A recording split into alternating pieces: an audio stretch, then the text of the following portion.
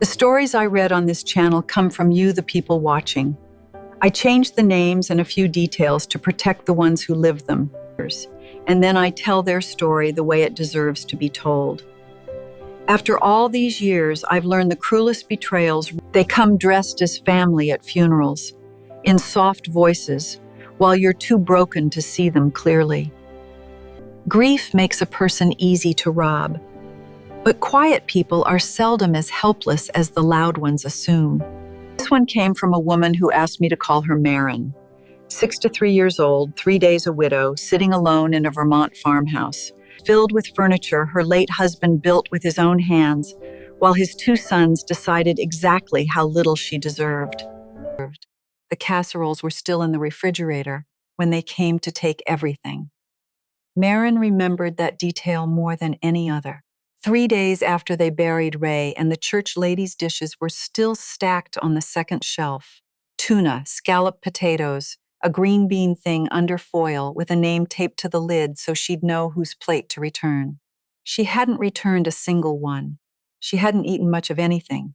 And now there were 2 men standing in the doorway of Ray's workshop office, in their good coats, smelling of the cold and of cologne, and the casseroles were still in the refrigerator.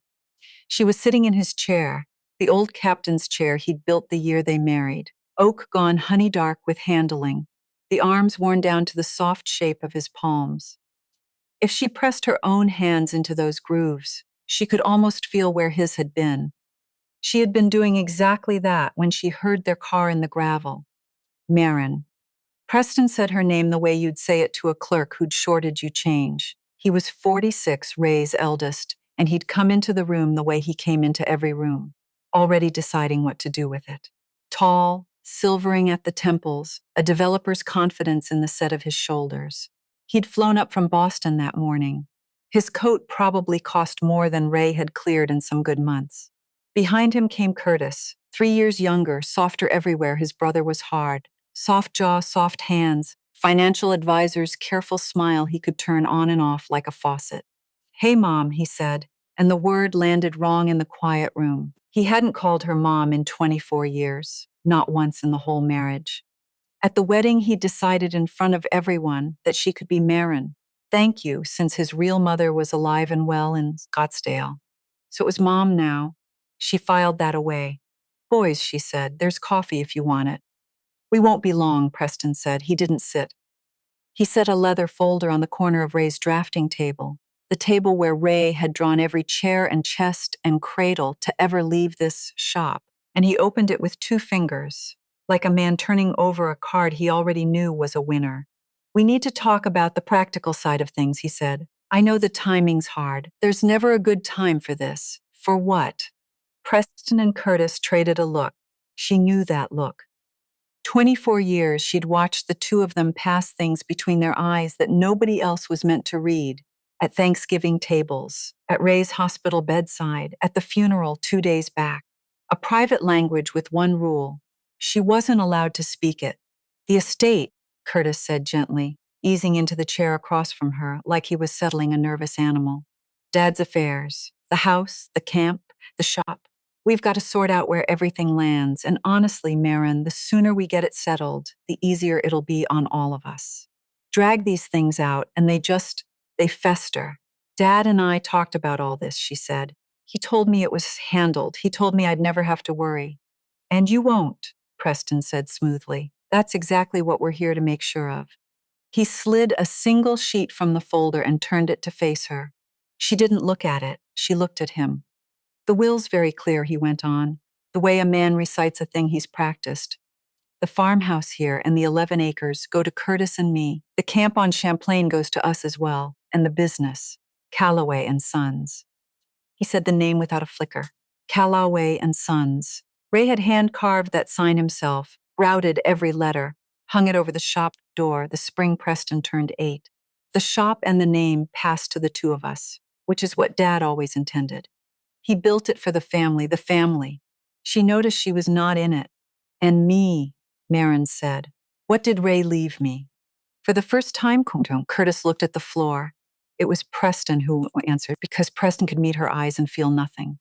And she understood in that moment that this was a thing he'd inherited, honestly. Ray could meet a man's eyes too, but Ray's had warmth in them, and somewhere along the way, Preston had kept the steal and lost the rest.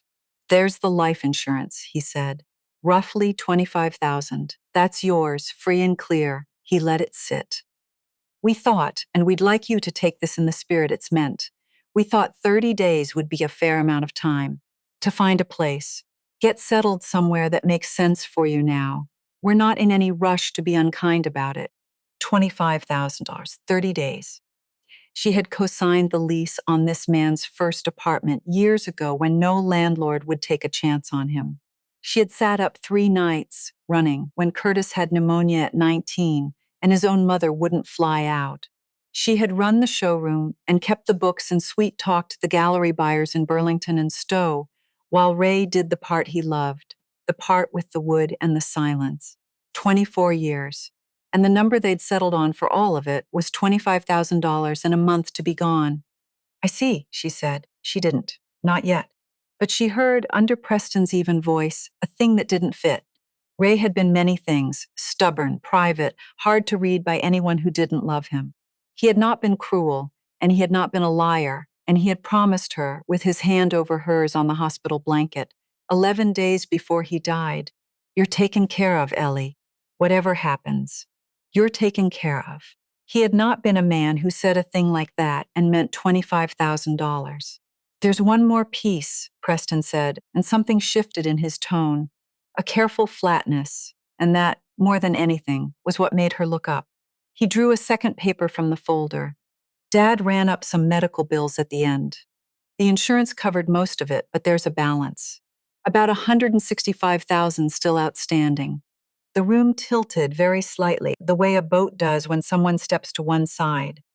"And because you were his spouse," Preston said, "and you were making the medical decisions with him, the hospital, the providers, they'll be looking to you for that. That's how it works. Spousal liability. $165,000 in debt. 25,000 in insurance. She did the arithmetic the way you'd touch a bruise. It left her not just with nothing. It left her $140,000 in the hole, in a house she had 30 days to leave. The estate, she began. The estate's tied up in probate, Curtis said. Smooth as his brother now, the gentleness gone businesslike. Could be a year. And those properties are protected. They pass to us free of the medical debt. That's just how the law sorts it. The bills are personal to you. I know it's not what you want to hear." "We're sorry," Preston said. He didn't look sorry. He looked like a man checking a box. "We are. But the 30 days starts tomorrow, and the longer those bills sit, the worse the interest gets.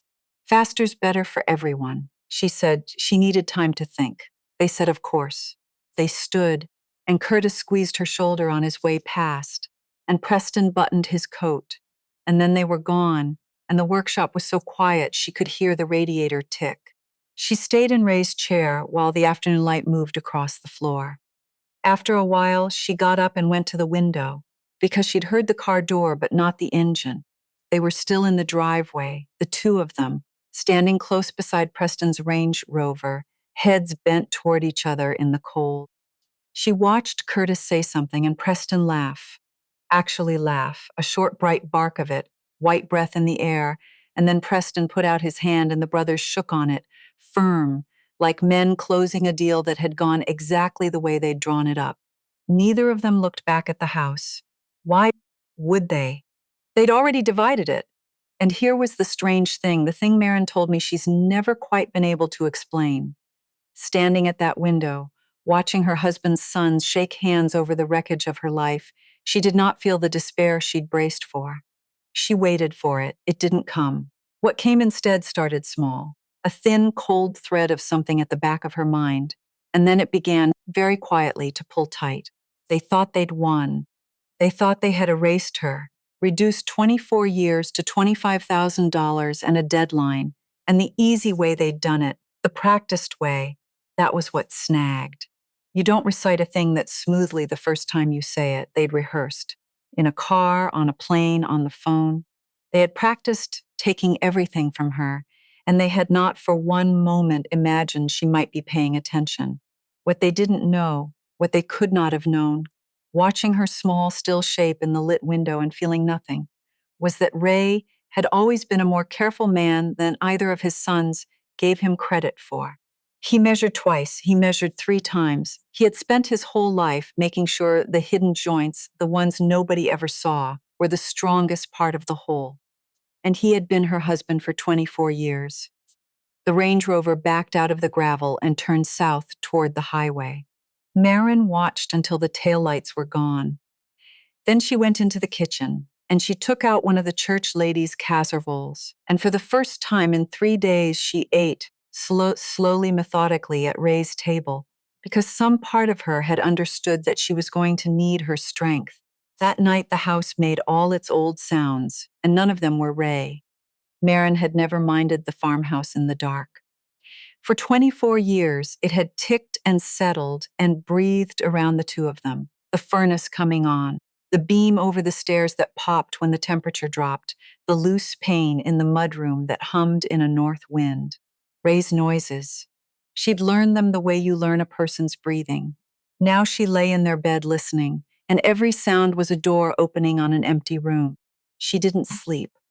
Toward 3, she gave up and went down to the kitchen in his flannel robe and spread Preston's single sheet of paper on the table under the hanging lamp. And she read it the way she used to read the gallery contracts, slowly, with a pencil, looking for the place where the language went smooth to hide a hook. It was a will or a copy of one. Last will and testament of Raymond A. Calloway. The farmhouse and acreage to Preston and Curtis. The Champlain camp to Preston and Curtis. The business and the Calloway name to Preston and Curtis, and to my wife Marin, the proceeds of the term life policy, and such personal effects as she may wish to retain. It was Ray's name. It looked like Ray's signature at the bottom, the looping R, the way he never quite closed the Y. But the language was wrong in a way she couldn't have explained to Preston or to a judge. It was wrong the way a forged painting is wrong. Every brushstroke correct and the whole thing dead. Ray didn't talk like this. Ray, who'd written her a note every single anniversary, 24 of them, in his blocky carpenter's hand. 24 years, and I'd still pick you out of any crowd, Ellie. That was Ray. Such personal effects as she may wish to retain. That was someone wearing Ray's name like a borrowed coat. The date at the top was 8 months old. She sat with that. 8 months ago, Ray had still been strong enough to spend half his days in the shop. 8 months ago, they'd driven up to the camp for a long weekend, and he'd grilled lake perch on the dock and told her, watching the water, that he'd had a good life, a better one than he'd earned. He had not, in those 8 months, said one word about rewriting his will to leave her a check and the clothes off her back. In the morning, she called Gerald Foster. Foster had been the family's lawyer for as long as Marin had been family. A careful, fussy man in a downtown Montpelier office with a view of the gold dome of the State House. He'd done the closing the day she and Ray bought the place, drawn up the partnership papers for the shop. When she said she needed to see him about Ray's estate, there was a pause on the line that she didn't understand until much later. Of course, he said. Come in this afternoon. His office hadn't changed in 20 years. The same green-shaded lamp, the same wall of spines nobody had opened since law school. But Foster had changed, or something in him had. He couldn't hold her eye. He cleaned his glasses twice while she was sitting down, breathed on the lenses, polished them with a cloth from his drawer, and she thought, he knows something is wrong, and he's hoping I won't make him say it. I've seen the will, she said, and laid the copy on his blotter. Preston gave me this. I wanted to ask you about it. Foster put his glasses back on and read it, though she was certain he'd read it before. Yes, he said finally. This is the document I have on file as well. Did you draft it? A hesitation. My firm did, yes. He set it down. Marin, I won't pretend this is an easy thing to look at. $25,000 after the marriage you two had. I'll be honest with you, it surprised me too. It's not what I'd have expected from Ray. Then why does it exist? He spread his soft hands. People change their planning, especially toward the end. Tax reasons, family reasons. Sometimes a man wants to keep a business intact in the next generation, and the cleanest way is to leave it to the children and provide for the spouse separately. He said it like a man reciting a brochure. It happens more than you'd think. And the medical bills? Preston says 165,000 falls to me. That the houses pass clean and the debt's mine. Foster's mouth tightened. For just a second, something moved behind his eyes. Something that looked, she thought later, like a man who'd been handed a story and was beginning to notice the seams. That's the boy's position, yes. It's not as cut and dried as Preston makes it sound. Spousal liability for medical debt is complicated, it varies, and frankly, the estate would normally answer for. He stopped himself. Reset. It's complicated. You'd want to look at it carefully before you agreed to anything. But I could fight all of it, the will, the bills. You could contest. He leaned forward, and for a moment the old Foster surfaced, the one who'd shaken Ray's hand at the closing table and meant it. There are grounds. There are irregularities in how this was executed that I'm not entirely comfortable with. You could file to contest, force the will into a hearing, slow the probate down. You'd have a real argument about Ray's intent. He sat back, but I have to be straight with you about the cost. It would take a year, maybe 2 or 3 if they fight, and Preston will fight. He's got the temperament for it, and he'll spend whatever it takes. And in the meantime, you'd have the medical debt hanging over you. No settled income. Legal fees of your own running into the tens of thousands. I've watched contests like this go on so long the estate itself was eaten alive by lawyers. The widow won on paper 4 years in. There was nothing left to win. The radiator hissed. Outside the window, the gold dome caught the thin winter light. How quickly, Marin said. Could I do the opposite? Foster blinked. The opposite? Sign it. All of it. Give them the houses and the shop, waive whatever there is to waive, walk away clean. How fast could that be done? He stared at her.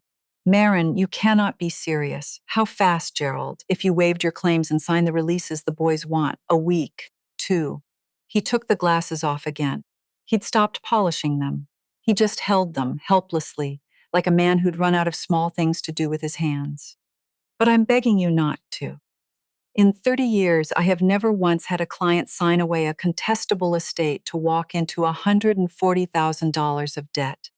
You'd be giving up every right you have. There would be no undoing it. If something came to light later, anything, you'd have no recourse at all. None. I understand, you don't. Forgive me, but you're 3 days out from burying your husband. You are not in a state to make a decision you can never take back. His voice gentled. Take 48 hours, talk to someone, a friend, a counselor.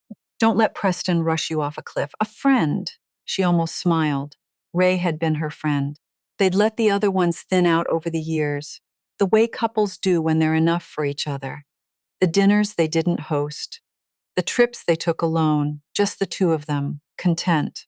For 24 years, she had been Ray Calloway's wife and the boy's stepmother and the woman who ran the showroom, and she had never quite gotten around to working out who she was underneath all of it. I don't need 48 hours, she said, but thank you. Draw up the releases. Put in writing that the estate covers the medical bills before anything passes to them. I won't sign without that. And put in a clause that protects me from any future claim. Then I'll sign. Foster looked at her for a long moment. Then he nodded, slow and grieved. All right, I'll draft it. He paused at the door as she gathered her coat. I think you're making the worst mistake I've ever watched a client make. I want that on the record between us. Noted, Marin said. What she did not tell Gerald Foster, what she could not have told him, because she hardly understood it herself, was that she had no intention of being a woman who walked away with nothing. She only intended to look like one for a little while longer, because the night before, somewhere in the long, sleepless dark, sitting in Ray's chair with the false will in her lap, her eye had fallen on the writing desk. It stood against the workshop wall where it had stood for 6 years, a small cherry secretary desk, slope front with 3 drawers and a little gallery of pigeonholes, the most beautiful thing Ray ever made. He'd built it for their 18th anniversary and given it to her on the dock at the camp, and when she'd run her hand over the satin finish and started to cry, he'd looked almost shy. There's more to it than shows, he'd said. A piece like this, the joints you can see aren't the ones holding it together. And then, the part she hadn't thought of in years, the part that came back to her at 2 in the morning like a hand on her shoulder. Remember how the third drawer opens, Ellie. The trick of it. Promise me you'll remember. She'd laughed and promised and never once had cause to use it. The third drawer opened fine the ordinary way. She came home from Foster's office in the early dark and didn't take off her coat. She went straight to the workshop, and she knelt in front of the little cherry desk, and she pulled the third drawer all the way out and set it on the floor. The cavity behind it looked solid. It was supposed to. She ran her fingertips along the backboard, along the seams, the way you'd read something written for the blind. And at first, there was nothing, only smooth wood and the faint, sweet smell of cherry and old wax. Then, low on the left side, her thumb caught a hairline, a joint so fine it disappeared under a coat of finish, a line you would never find unless you knew to look, unless a man who loved you had told you it was there. She pressed it, nothing. She pressed and slid, the way you'd work a puzzle box, and felt the wood give under her hand, a small wooden click, deep in the cabinet like a held breath letting go. A panel dropped a 1/4 inch and swung free.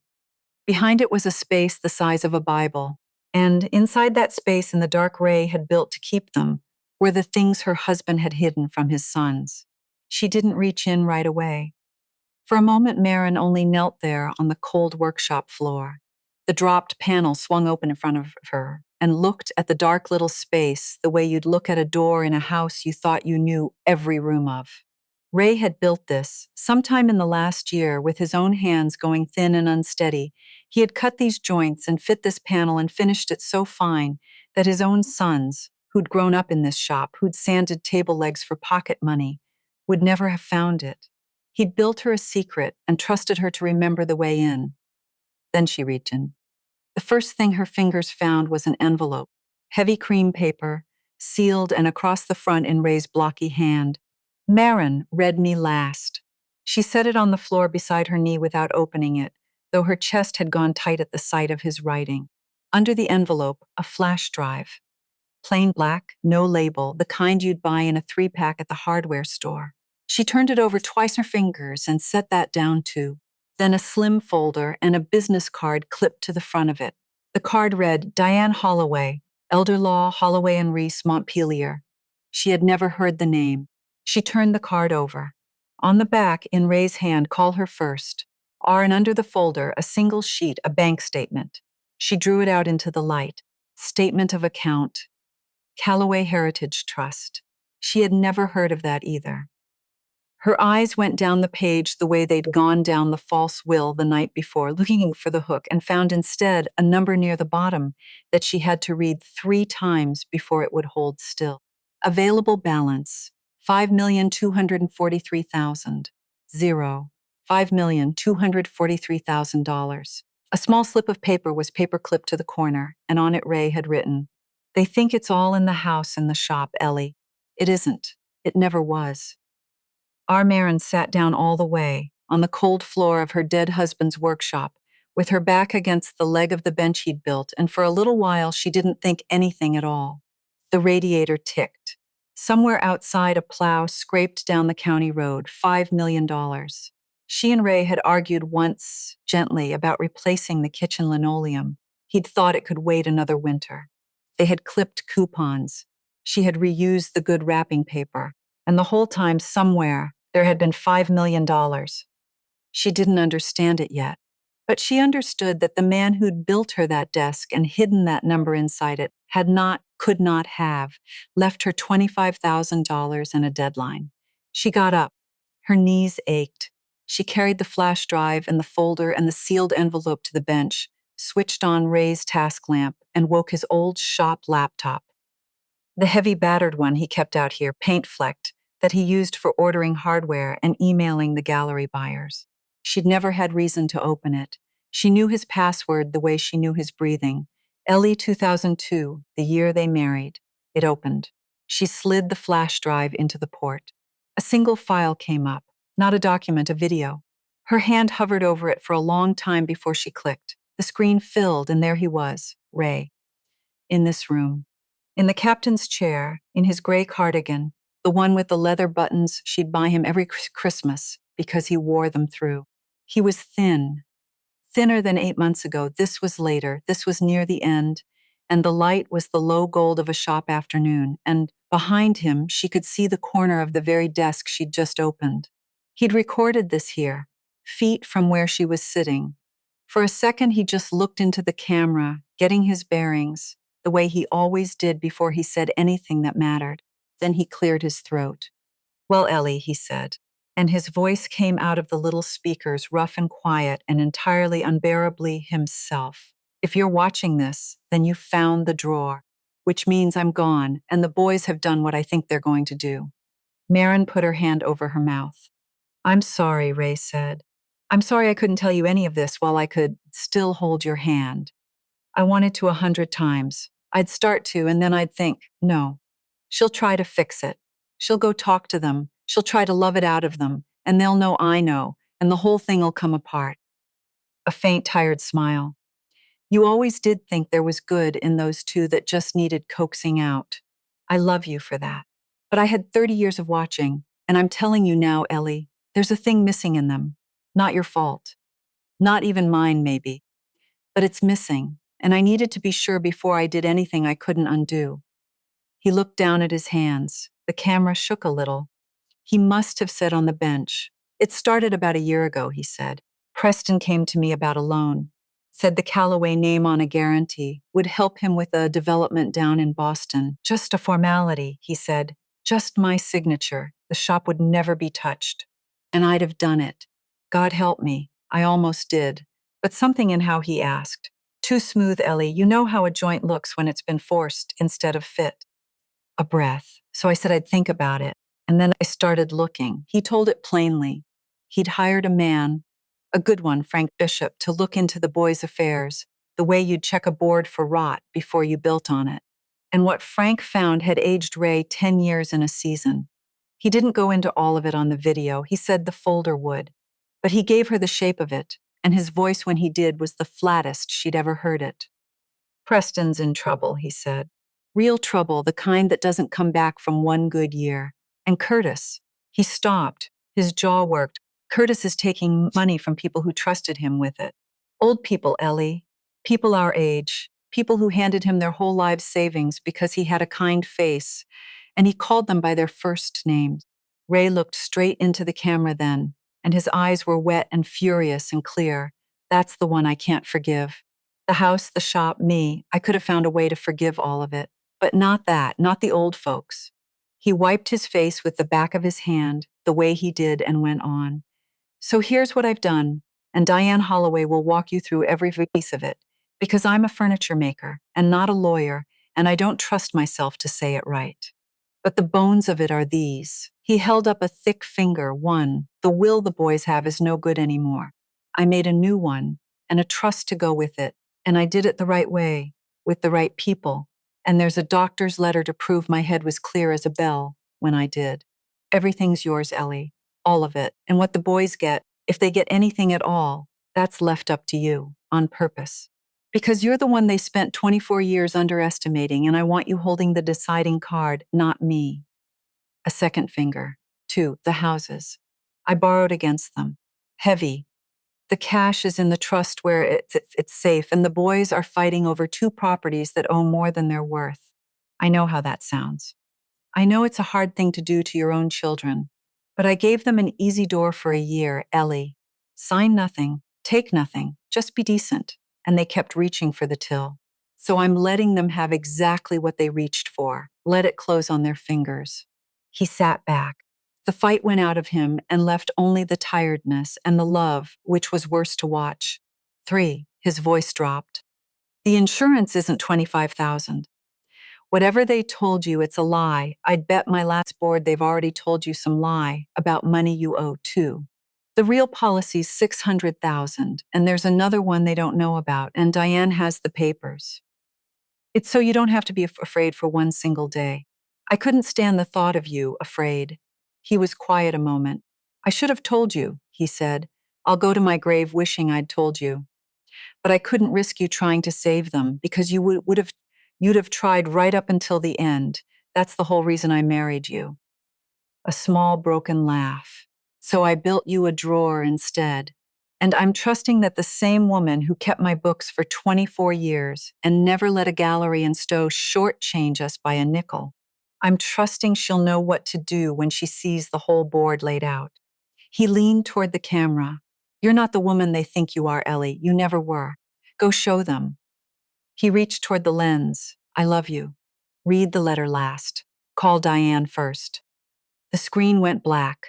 Marin sat in the gold light of the task lamp and wept, not the thin, numb crying of the last 3 days, but something that came up from much deeper and shook her whole frame, grief and fury and a terrible flooding relief all braided together, because the thing she had not been able to name since the funeral, the thing that had been wrong under everything, had a shape now. Ray hadn't left her. Ray hadn't stopped seeing her. Ray had spent the last strong year of his dying life building her a door out, plank by plank, in secret, alone. When she could breathe again, she opened the folder.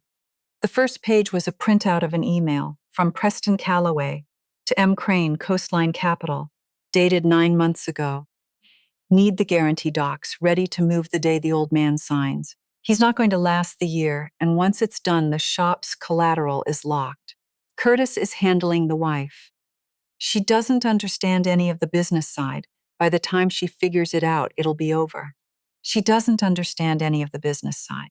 Marin read it twice, and the crying stopped entirely, the way a faucet stops. She set the page down very carefully, squared its edge against the others, and turned to the next one.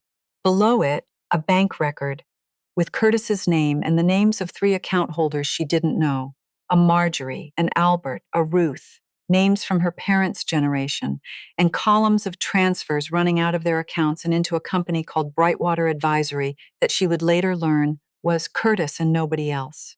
And below that, paper clipped on its own, a doctor's letter, a neurologist in Burlington, dated late, 6 weeks before Ray died. In my evaluation, Mr. Calloway demonstrates no cognitive impairment. Judgment and decision-making capacity are fully intact. She understood that one without being told. Somewhere out there, Preston and Curtis had been quietly telling people that Dad wasn't himself at the end, that the grief and the illness had muddled him, laying the ground in case they ever needed to wave away a signature. Ray had seen that coming too. Ray had seen all of it coming. Marin gathered the pages and the flash drive and the card with Diane Holloway's name. The sealed envelope read me last. She left where it was because she trusted him, and he'd asked her to wait. It was past 9, too late to call a law office. She made the call anyway to the after-hours line and left her name, and was halfway through hanging up when a woman's voice came on, wide awake. Mrs. Calloway, Diane Holloway said. Ray told me you'd find it.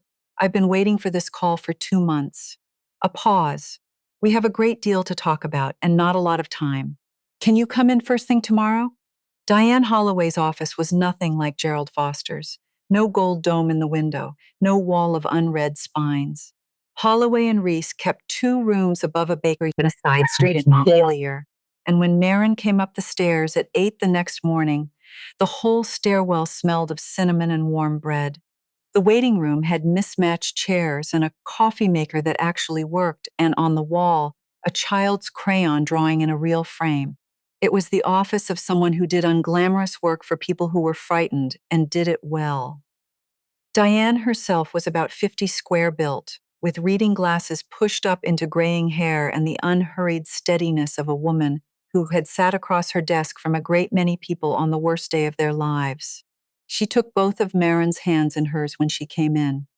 I'm so sorry about Ray, she said, and meant it. He was one of the finest men I've worked for, and one of the most stubborn. A small, sad smile. It took me 3 meetings to talk him into doing this the careful way instead of the dramatic way. He wanted to confront the boys outright. I told him that's how good people lose. We did it the careful way. She sat Marin down, poured her coffee she didn't ask if she wanted, and opened a banker's box that had been waiting on the credenza. I'm going to lay the whole board out for you, Diane said, the way Ray wanted. He was very clear that you were to understand every piece of this yourself, not just be told to trust it, said. She glanced at a note. He said you'd want to know how the joints fit. So, let's start with the will, because that's where the boys think they're standing on solid ground, and they're not. She set down two documents side by side. This one, the left, is the will Preston showed you, dated last spring. Drawn by Foster's, it's real in the sense that Ray did sign it. But she slid the right-hand document forward. This one is dated 6 weeks before he died. New will and a revocable living trust to go with it, both executed properly, both witnessed, both notarized, and critically, both containing a clause that expressly revokes all prior wills and codicils. The moment Ray signed this, Marin, that spring will become a dead letter, waste paper. It has exactly as much legal force as a grocery list. Marin looked at the two documents. Then why does Preston have the old one? Because Foster's firm still has it on file, and someone in that office is feeding the boys what they need. Diane's mouth flattened. I can't prove yet whether it's Foster himself or a paralegal he doesn't watch closely enough. Ray suspected a leak. That's the whole reason he came to me, quietly, and never told Foster he'd moved his planning. The boys are running their entire play off a document that was revoked half a year ago. They either don't know the new will exists, or they're praying you never find out it does. She tapped it. You found out. And this new one says, everything to you. Diane said it simply. The trust holds the bulk of the assets, and you're the sole beneficiary and trustee. The will covers anything outside the trust, and that comes to you as well. As for the boys, she found the page, turned it, and read aloud, and her voice slowed so the words would land. The question of what, if anything, my sons Preston and Curtis shall receive from my estate I leave entirely to the discretion of my wife, Marin, trusting her judgment to give them what they have shown they deserve. The room was quiet. He gave it to you, Diane said. The whole decision. He could have cut them off himself in the document, cleaner in some ways. He didn't want to. He told me, and I'm quoting him, I don't want it to be a dead man's choice. I want it to be hers, made with her eyes open, because she's the one who'll have to live in the world afterward. Marin sat with that for a moment. It was such a Ray thing to do that it ached. He'd never once in 24 years made a decision for her and called it protecting her. He'd hand her the figures and the facts and the time, and then he'd say, what do you think we should do, Ellie? And he'd mean it. He'd done it one last time, from the other side of death. All right, she said, tell me the rest. Tell me what Frank found. Diane pulled out the investigator's file. Preston first, she said, because Preston's the simpler tragedy. He overextended. A development outside Boston, he was the lead. He personally guaranteed a chunk of the financing, and it went underwater when his anchor tenant pulled out. As of when Frank closed his report, Preston was carrying somewhere north of $310,000 in personal debt, and the clock on it is loud. That's why he came to Ray for the loan guarantee last spring. He needed the Callaway name and the shop's value as collateral to keep his own creditors off him a few more months. And when Ray said no, he didn't wait for Ray to say no. Diane laid down a single page, and Marin felt the cold come back into her stomach. He forged it. This is the guarantee document Coastline Capital has on file. That, she pointed, is Ray's signature, except Ray never signed it. Frank had it examined by a documents analyst. It's a forgery, a good one, traced or practiced, but a forgery. Preston put his dying father's name on a loan guarantee pledging the family business as collateral, without Ray's knowledge or consent. Marin looked at the looping R, the not yet closed Y, the same hand that had signed the false will. She understood now why the will's signature had looked right and felt wrong. Someone in this family had gotten very good at being Ray. That's a felony, Diane said quietly. Force, and depending how the financing was represented, likely wire fraud on top of it. And Curtis. Diane was silent a moment. Curtis is the one that kept Ray up at night. She laid out the Brightwater records, the ones Marin had already seen in part, the columns running out of three old people's accounts and into Curtis's shell. But Diane had the full picture, and the full picture was worse. Curtis hadn't taken from 3 clients. He'd taken from 11 over 4 years, an amount small enough not to trigger anything, from clients chosen because they were old and trusting and unlikely to scrutinize a statement. Marjorie, 81, a widow in Baugh, Albert, 78, a retired postman, Ruth, who had Parkinson's and had signed over discretionary authority because Curtis had a kind face and called her by her first name. $280,000, give or take, gone from the savings of people who had no way to earn it back. Securities fraud, Diane said, breach of fiduciary duty. And under Vermont law, because of the ages of the victims, it carries an elder abuse enhancement. This isn't a gray area, Marin. This is the kind of case a prosecutor frames on the wall. Marin thought of Ray's face on the video. Old people, Ellie, people our age. She understood now the fury that had been in it. There's the medical letter, she said. I found a neurologist's report. Ray's mind was clear. That's a shield Ray made on purpose, Diane said. The boys have been telling people, a couple of gallery folks, an old business friend of Ray's, anyone who'd listen, that Dad got confused at the end that the illness affected his judgment. They were salting the ground in case anyone ever needed to challenge a signature of his. Ray heard about it and went and got himself evaluated 6 weeks out, specifically so there'd be an ironclad record that he knew exactly what he was doing when he signed the new will and the trust. He outlawyered his own sons, and he wasn't a lawyer. A grudging admiration crossed her face. He just paid attention. For 40 years, he paid attention. And the houses, Marin said. He told me on the video. He borrowed against them. He did. Diane pulled the mortgage records. $1.4 million against the farmhouse. $900,000 against the camp. The cash from both is sitting in the Heritage Trust, the 5.2 you saw. So the two properties the boys are demanding, fighting over, planning to split, she spread her hands, are underwater by about $700,000 combined. They're not assets, they're anchors. Whoever takes title takes the liens with it, and given Preston's and Curtis's credit, no bank on earth refinances them.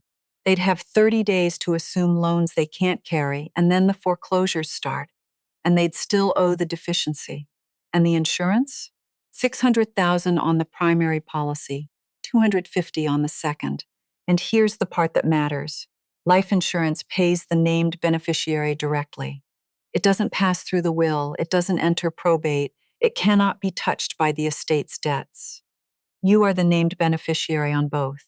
The boy's story, that the insurance is only $25,000 and that the medical bills eat it and that you personally owe the difference? Diane shook her head slowly. Every piece of that is a lie, and I think they know it's a lie. Spouses aren't automatically liable for a deceased partner's medical debt the way they told you. Those bills are the estate's responsibility, and the estate has $5 million to pay them 10 times over.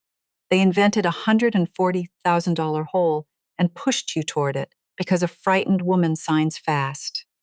Marin looked out the window at the side street, at the bakery's steam rising past the glass. She thought about how close it had come. If she hadn't remembered the drawer, if Ray hadn't built it, she'd have signed Foster's releases inside the week, walked away with a check that didn't cover a debt that wasn't hers, and Preston and Curtis would have inherited a fortune that didn't exist, and gotten away clean with the forgery and the 11 old people both. There's one more thing Ray was firm about, Diane said, and I need you to hear how he wanted it, because it matters. She folded her hands. He did not want this used as a threat. He was very specific. He said, I don't want Ellie sitting across a closet from those two trying to barter justice for property, like she's the one doing something shady. So, per his written instructions, signed and dated, I have already done what he asked. The forgery evidence went to the state's attorney's office the week your husband passed. The Brightwater records went to the securities regulators and the same prosecutor. It's filed, it's moving. It happens whether you lift a finger or not. She met Marin's eyes. That was his choice, made before he died, not yours. When you sit down with those boys, you're not holding a knife over them. You're just a woman telling them the truth about where things already stand. Marin was quiet for a long moment. So I decide what they get, she said finally. From the estate. That part's mine. That part's yours. Entirely. And whatever I decide, the criminal piece goes forward on its own. On its own. It already has. Marin nodded slowly. She looked down at the two wills, the real one and the dead one, lying side by side on Diane Holloway's desk, and she thought about a manila folder on Ray's drafting table, and the practiced smoothness in Preston's voice, and the way Curtis had said mom like it was a tool he'd taken out of a drawer. They asked me for the houses in the shop, she said. Preston said it twice, very clearly, the houses in the shop. She looked up and something in her face made Diane sit a little straighter. I'd like to give them exactly what they asked for. Can we do that legally? Can I give them the two properties as a gift from me freely? A slow understanding came into Diane's eyes. You can, she said. It's called a gift deed, completely lawful. You'd be transferring the titles to them, with the liens attached, as is. They can accept or they can formally disclaim. Either way, Marin said, they get precisely what they reached for. She picked up her coffee. It had gone cold and she drank it anyway. Then let's draw up the papers, she said. And then I think Curtis mentioned wanting to have me to dinner, to talk about keeping the family together. For the first time in 4 days, something that was almost a smile touched her mouth. I should let him know I'd love to come. Preston's house sat on a rise outside Stowe, all glass and gray stone, the kind of house that photographs better than it lives. Marin had been there twice in 8 years. Both times she'd come away with the feeling of having toured a model home. Everything staged, nothing worn, no chair anywhere with the shape of a person pressed into it. She understood the house differently now. She pulled up the long paved drive in Ray's old pickup, which she'd taken on purpose, and parked it between Preston's Range Rover and a new white Mercedes coupe, and she sat for a moment looking at the two of them gleaming under the porch lights. That's where the old people's money went, she thought. Marjorie's and Albert's and Ruth's retirements, parked in a four-car garage in Stowe. She got out of the truck and arranged her face into the face they expected, the soft, lost, grateful face of a woman with nowhere to stand. Vanessa opened the door before she knocked. Preston's wife was 40 and expensively kept, the way a show garden is kept. Nothing allowed to grow wild, every edge maintained at cost. Her dress was the muted, costly kind that only looks plain to people who don't know what it runs. Marin, she said, and folded her into an embrace that was all collarbone and perfume, lips landing somewhere near her ear without touching her cheek. Oh, you poor thing. How are you holding up? Coming out of the cold. Managing, dear, Marin said. Thank you for having me. Curtis was already there, in the great room, a glass of something amber in his hand. He'd driven up from his place in Burlington. He set the glass down to hug her, a real hug, or a good imitation, both arms, and she let herself be held in thought, about 11 signatures, and let nothing show. Hey, Mom, he said into her hair. God, it's good to see you out of that house. You shouldn't be rattling around there alone. It's a lot of house for one person, she agreed mildly. They sat her in the best chair. They brought her wine she didn't ask for. A burgundy Preston announced the way some men announce their own children. Vanessa had cooked, or arranged, Marin suspected, for someone to have cooked, a standing rib roast, and the table when they moved to it was a magazine spread, heavy silver and folded linen and 3 glasses at each place. The performance of a family. If she hadn't spent the previous morning reading a forensic accountant's columns, she might almost have let it warm her. That was the awful part. They were good at it. They'd had practice. So Preston said once the roast was carved and the first wine poured. I had a call from Foster this afternoon. He kept his tone light, conversational, a man mentioning the weather. He tells me you're ready to move forward, that you've decided not to fight us on the will. Marin set down her fork. She let a small, tired breath out, the breath of a woman laying down a weight. I've decided, she said, that spending my last good years in a lawsuit isn't how I want to remember Ray. He'd have hated it. The two of you tearing at each other over his things. She looked at her plate. Family's more than money. I'd rather keep what's left of mine than win a fight. The relief that crossed the table was almost a physical thing. She watched it move over Curtis's face like sun coming out, watched Preston's shoulders drop a quarter inch he didn't know he was holding. Vanessa actually pressed a hand to her chest. That's, Curtis started and had to clear his throat. Mom, that's really, Dad would be so proud of you, honestly, that you'd put the family first like this. It's what he'd have wanted, Marin said. We had our lawyer draw up a few things, Vanessa said, reaching toward the sideboard where a folder had been waiting the whole time. Just to make it all official, to go alongside whatever Mr. Foster's handling. So there's no loose ends. Their lawyer. Of course, they had their own lawyer now. Marin wondered if their lawyer knew about the Mercedes in the garage, or where the down payment had come from. She doubted it. She left the folder where it lay. "That's thoughtful," she said. "I'll have someone look it over." She picked her fork back up, took a small bite of roast, and added, in exactly the tone you'd use to mention you'd misplaced your reading glasses. "Though I have to say, the paperwork side of all this has me a bit turned around. I keep finding things of Ray's I don't understand." The smallest pause. "What kind of things?" Curtis asked. "Oh, papers, statements." She waved her fork vaguely. "Accounts I'd never heard him mention. He kept everything, you know how he was. There's a box of bank things in the shop I can't make heads or tails of. Companies, holdings, words I don't know." She gave a helpless little laugh, the laugh of a woman out of her depth. "I suppose I'll have to get someone to explain it all to me." The business side was always Ray's. The look that went between the brothers was quick. She caught it because she was watching for it, the way you watch for the click of a latch. Curtis's eyes touched Preston's and came back to his plate. "You shouldn't trouble yourself with all that," Preston said. The lightness in his voice had gone just slightly careful. "Dad's filing was a disaster, you know that. Half of those accounts are probably closed, dead ends. Why don't you let Curtis and me take a look at whatever you found? We can sort the important from the junk. Would you?" Marin let her face flood with gratitude. "That would be such a weight off. I never had a head for it." She took a sip of the burgundy, and over the rim of the glass lightly she said, "There's the oddest thing, too, you'll laugh.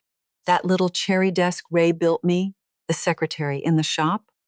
Turns out it's got a drawer in it I never knew was there, a hidden one, behind the bottom drawer.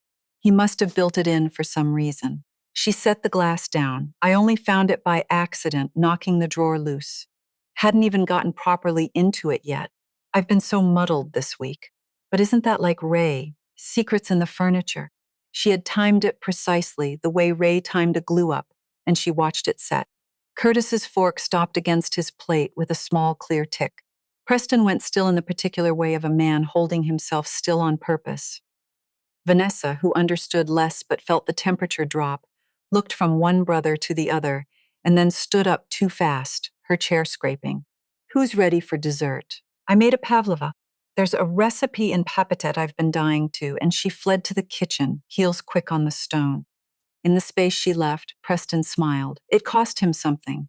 "A hidden drawer," he said. "Dad and his tricks." He turned his wine glass a slow half-turn by the stem. "You really shouldn't go digging through old paperwork alone, Marin. Truly, some of those documents, estate things, business things, they can be misread badly by someone without the background. People talk themselves into all kinds of wrong ideas. It'd be a shame for you to get frightened or confused over nothing." His eyes held hers. "Bring whatever's in that desk to us. Let us handle it. That's what family's for." "That's so good of you both," Myrn said warmly. "I'll gather it all up." The rest of dinner she gave them safe ground to stand on. Curtis's work, Vanessa's renovation, the weather coming in off the lake. They took it gratefully. But the current ran under everything now, and she could feel them feeling it. Two men working very hard to look like men who weren't afraid. When she rose to leave, Preston walked her out to the truck himself. The night had gone bitter, stars hard overhead, their breath smoking in the porch light. "Marin," he said, with his hand on the cold door of Ray's pickup, keeping it shut a beat longer than he needed to. "I meant it. Those documents from the desk. The accounts. Bring them to me, not Curtis. He gets things tangled. First thing, before you show them to anyone else, before Foster even. All right?" The smile he gave her didn't reach anything. "I just want to protect you. You've been through enough." "I know you do, Preston." She patted his hand where it rested on the door, the way you'd reassure a child. "You're a good son." She climbed up into the truck. In the rear view, backing down the long drive, she watched him standing alone on the lit stone steps in the cold, and watched him lift his phone to his ear before she'd even reached the road, his other hand cutting the air as he spoke, fast and hard, to someone who could not wait until morning. She drove home with the heater roaring and the radio off. She was barely in the door, coat still on, when her own phone rang. Diane. "They moved tonight," Diane said. "No hello." within the last 2 hours. Preston called the firm's after-hours line trying to reach Foster, and when he couldn't, he called a litigator in Burlington. I have a friend in that office. He's asking how fast someone can get into the probate file. And someone, Marin, ran a record search this evening on whether Ray executed any estate documents outside Foster's firm in the last year. A short pause. They know. Or they're one phone call from knowing. There's a second will, and they've just realized the ground they've been standing on isn't there. Marin stood in the dark front hall, still in her coat, and felt the whole structure of it settle into place. Every joint Ray had cut, fitting tight. Good, she said. Good. It's better if they walk in knowing, Marin said.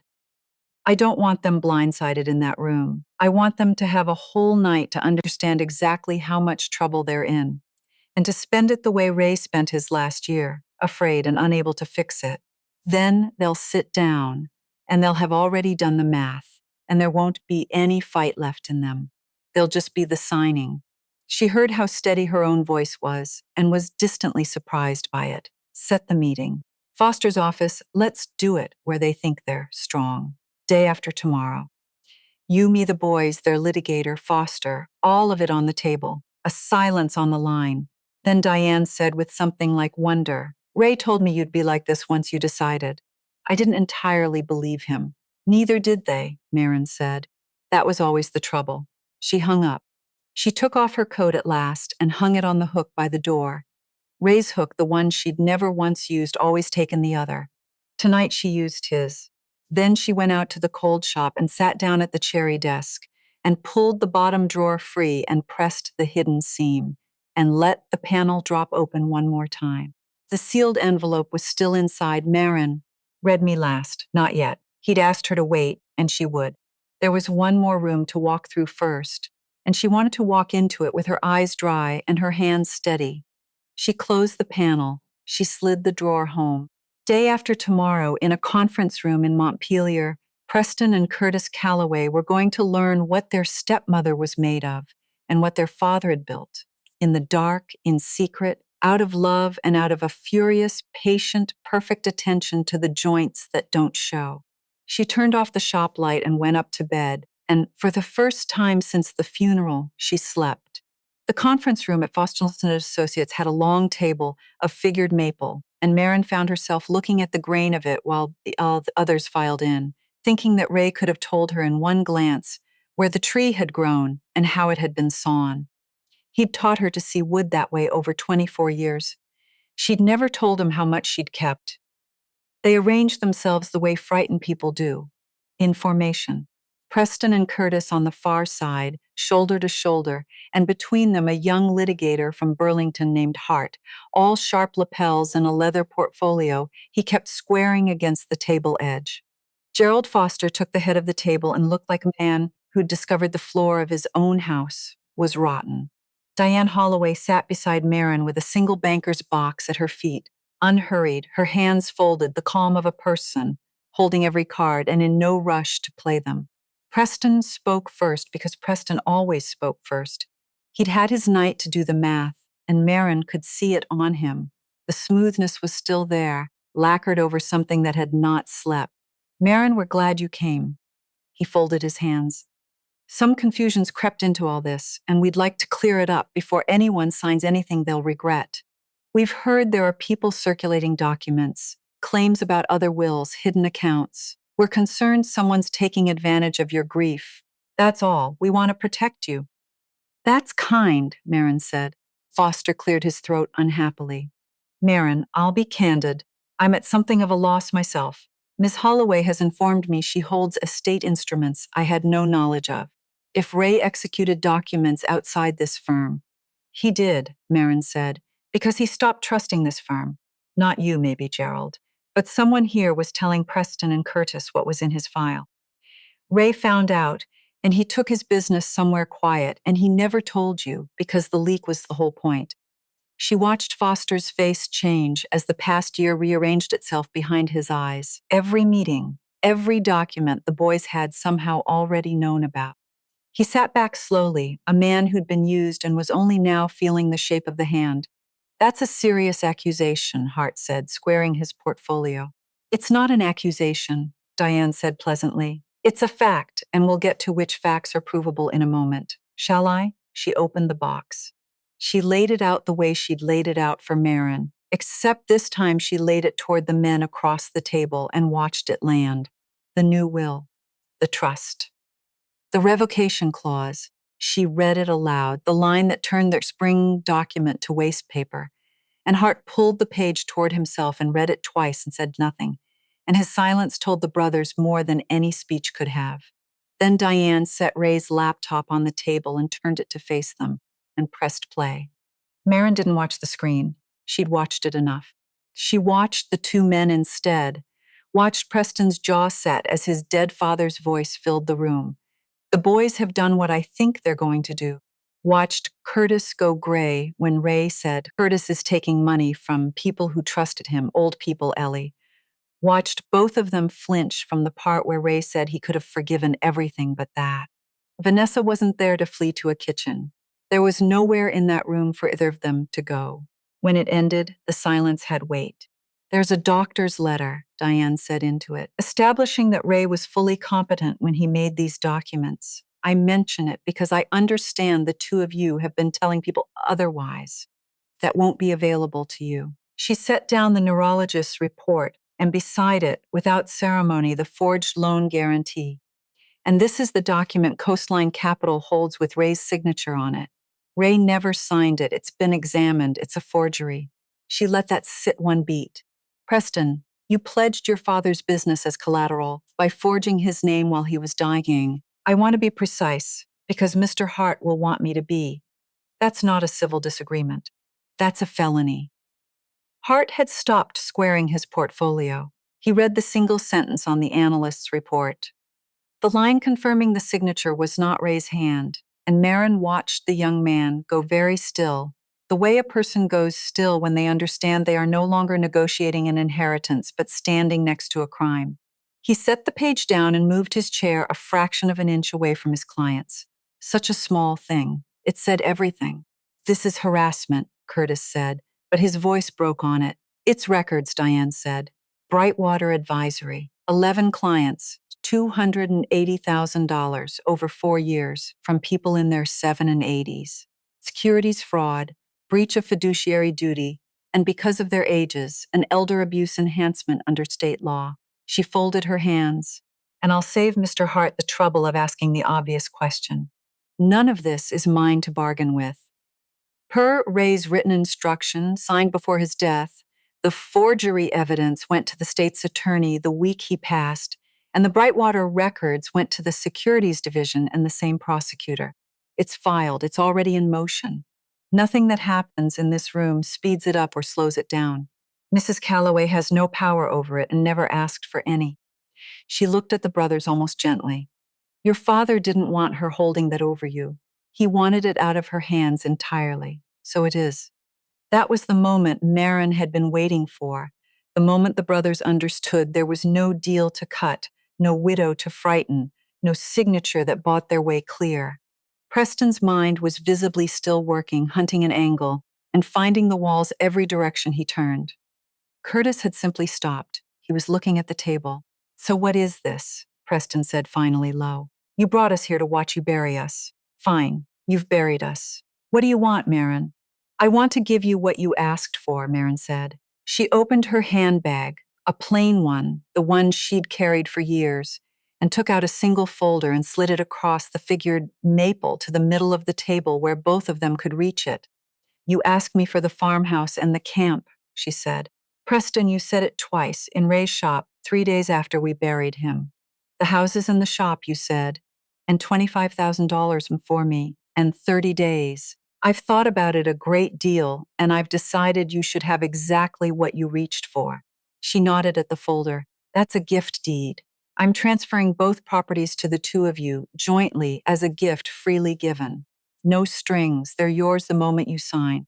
Preston opened the folder. Hart leaned in. Marin watched the two of them read it, watched the confusion, then the dawning, then the thing underneath the dawning, which was horror, because Hart got there first, and his face told Preston before the numbers did. There's a lien, Hart said quietly. 1.4 million on the farmhouse, Diane confirmed. 900,000 on the camp. Ray borrowed against both in his last year. The cash is in the trust, which is Mrs. Calloway's. The properties transfer to you with the debt attached as is. You'd have 30 days to assume or refinance 2.3 million in loans against collateral worth about 1.6. She tipped her head. Or you can formally disclaim using the gift and take nothing. Mrs. Calloway has authorized both options. The choice is entirely yours. The room was silent. Maren let it stretch. Then she said, evenly, almost kindly, the medical bills you told me I owed, the 165,000, the spousal liability, the debt that would have eaten my insurance and left me 140,000 in the hole. That was a lie. Those bills are the estate's, and the estate can pay them many times over. You invented a hole and tried to push me into it. She held Preston's eyes, then Curtis's. And the insurance was never 25,000. I know what it was. I know what Ray left me. I know all of it now. She stood and gathered her bag and for a moment looked down the length of the maple table at the two men her husband had raised and loved and seen clearly to the end. He gave me the choice of what you'd get, she said. He could have done it himself in the will. He left it to me on purpose because you spent 24 years certain I was the one in this family who didn't understand anything. A small breath. I understood plenty. I just loved your father more than I minded being underestimated. That's done now. She picked up the folder, turned it right side, and set it back in front of them. Sign it or disclaim it. Either way, you have exactly what you asked me for. I won't be coming to any more dinners. She walked out. Behind her, through the closing door, she heard Hart begin in the low, careful voice of a lawyer who has just realized how much he is not being paid enough for to explain to clients what a deficiency judgment was. She did not stay to hear how it ended. She already knew. She moved in the spring. She sold nothing she needed and kept the things that were Ray. His tools, oiled and wrapped, the captain's chair, the cherry desk, of course, with its drawer. The trust and the insurance left her a wealthy woman, a fact she kept having to relearn, her hand hesitating over price tags out of 24 years of habit before she remembered. She bought a shingled cottage on the coast of Maine, in Camden, where the harbor filled with masts in summer and emptied to gray water and fog in the off-season, and she paid for it outright, and there was still more left than she could imagine spending. Word came to her secondhand, the way such things do. Preston had disclaimed the houses and filed for bankruptcy anyway.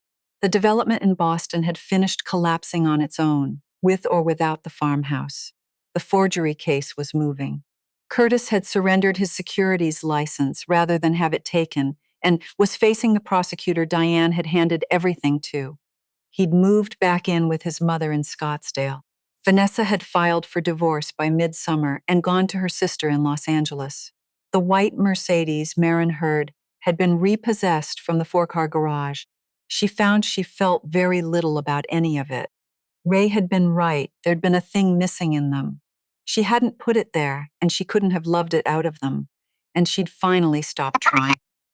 The cottage had a neglected garden, and she spent that first summer bringing it back, turning soil, pulling years of bindweed, putting in roses like the ones she and Ray had grown, and an herb bed, and things that would bloom in a planned succession from May to October.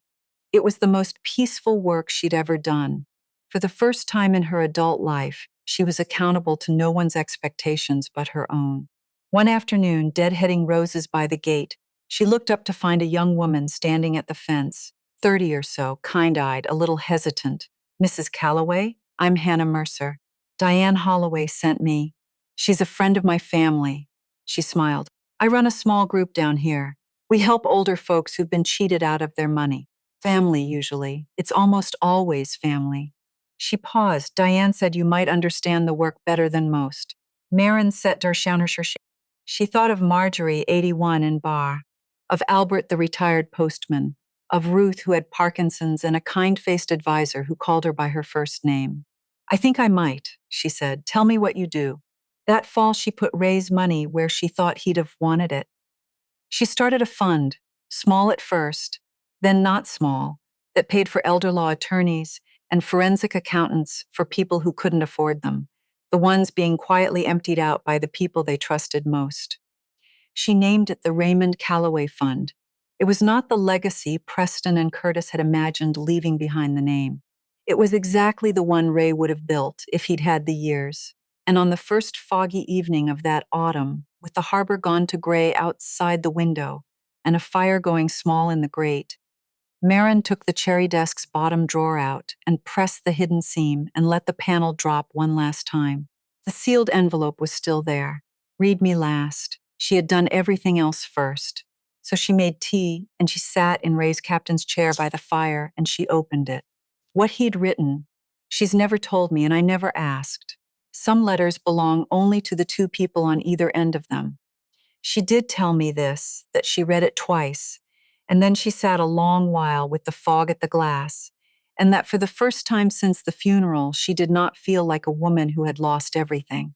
She felt like a woman who had been seen, all the way down, by someone who'd spent his whole quiet life learning how to look. She keeps it in the drawer still. She reads it when the fog comes in off the water.